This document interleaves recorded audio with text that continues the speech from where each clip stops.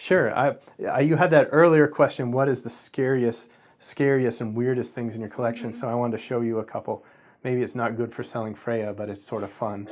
Because it's not in Freya. Yeah, none of this stuff is in Freya, but this is Chan Tui. This is cicada moltings, and it tastes horrible. It really does. And why would someone want to take cicada moltings?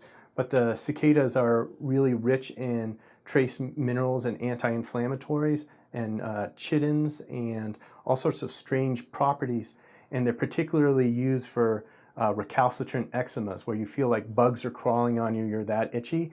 And I've seen it be a life change. If you've had that sort of horrible itching eczema and you take a good balanced cicada formula, it can be a godsend. Another one is this one is longu or dragon bone, and these are fossilized bones, and they're really high in calcium and magnesium. And like you hear a lot of people use magnesium to sleep if they're things. This is a very naturally occurring bioavailable form of calcium and magnesium, and it helps really people settle their consciousness. So a lot of times we use this for mania, recalcitrant insomnia. I think it's just fascinating, the idea of that, like I'm sort of connecting with these ancestral animals and going deep into the earth. What else we got? I don't carry really many animal substances in my clinic. I just don't feel like it's super ethical. A lot of times I might have people incorporate some animal products in their diet if they're really deficient. But I'm trying to think what other fun things I have in here. I mean, there's just so many. Maybe let's talk about one of the herbs in Freya just for fun, because this is not a gross one. This is Bai Shao, or white peony. And this peony is the same peonies that you see all the Chinese, when they came over to the States, brought all their peonies because they love the flowers. And the peony is this beautiful, feminine, opulent flower, but it also makes a very deep, beautiful taproot.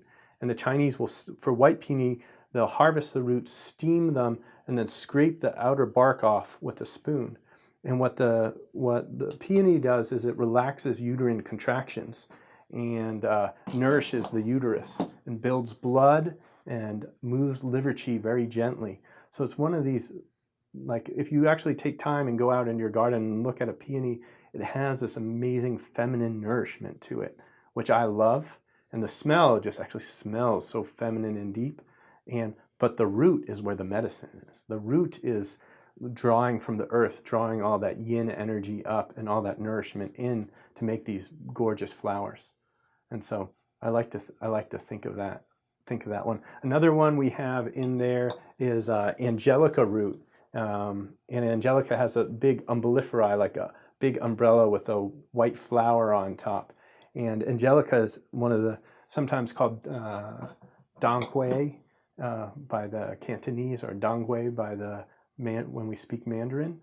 But angelica, it really nourishes the blood. It gives us this rich luster to our skin. It makes our hair thick. You know, when you think of like really young, healthy women, like they have this rich quality of blood. And as we age, as our skin dries, our hair dries, we can use angelica basically to tonify and strengthen that blood. And we have strong blood, we have strong skin, we have strong hair, and we have a really smooth menstrual flow with really beautiful red blood.